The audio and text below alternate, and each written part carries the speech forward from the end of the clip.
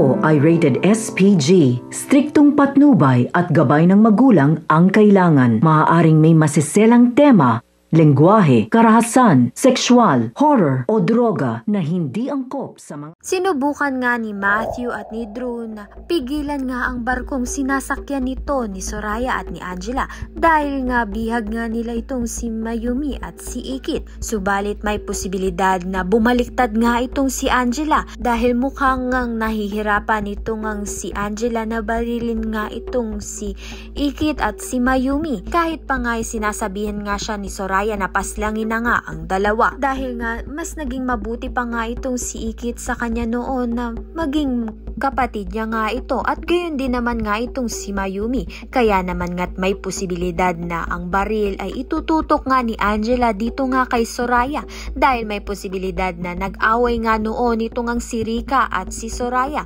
at si Soraya nga ang may kasalanan. Samantalang patuloy pa rin ngang nilulusob ng mga security ni Drew at ni Matthew itong ang barko upang ang mapatigil nga ito dahil kung hindi nga nila ito mapatigil ay mahihirapan nga silang mailigtas itong si Ikit at si Mayumi. Kaya naman nga't ito na nga ba ang katapusan ng kasamaan ni Soraya. Kaya naman nga't yan at iba pa ang dapat natin pakaabangan. Maraming salamat sa iyong panonood.